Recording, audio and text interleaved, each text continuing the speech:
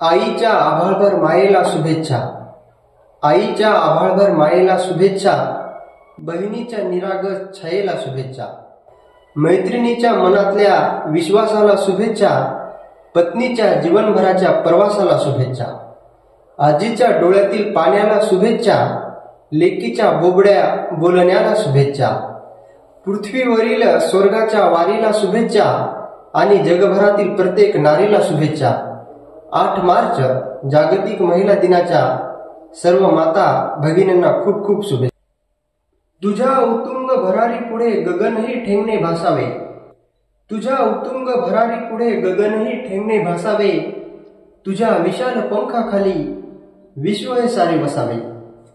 8 मार्च 1908 या रोजी न्यूयॉर्क मधील कापड्याच्या कारखान्यात काही महिलांनी काम जास्त पण पगार कमी, काम जास्त पण मजुरी कमी या कारणाने लढा पुकारला.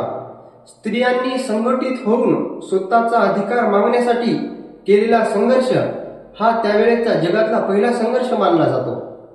त्यानंतर 1910 ला सर्व महिलांनी संघटित होऊन त्यावेळेच्या कार्यकर्ती क्लारा झेर्गी यांनी सुचवल्याप्रमाणे आपण 8 मार्च हा दिवस जागतिक महिला दिवस म्हणून साजरा करतो.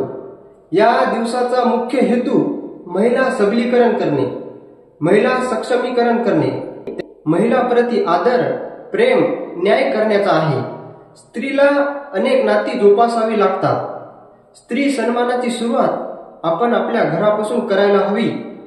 तेव्हाच आपला देश खऱ्या अर्थानं सुरक्षित, सक्षम आणि बलवान होईल.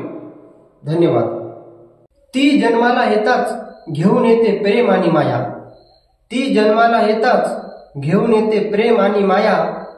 कुठल्याच स्त्रीचा जन्म कधीच जात नसतो वाया. कधी मुलगी, कधी पत्नी, कधी आई होत असते. कधी मुलगी, कधी पत्नी, कधी आई होत असते. सासर माहेर उजळवणारी स्त्री एक ज्योत असते, स्त्री एक ज्योत असते. थेंबा थेंबा मधून येथे सामर्थ्याचा सागर व्हावा. विश्वाच्या कल्याणासाठी स्त्री शक्तीचा जागर व्हावा. महिला मुक्तीची ही भाषा फक्त आजपुरती नको. महिला मुक्तीची ही भाषा फक्त आजपुरती नको.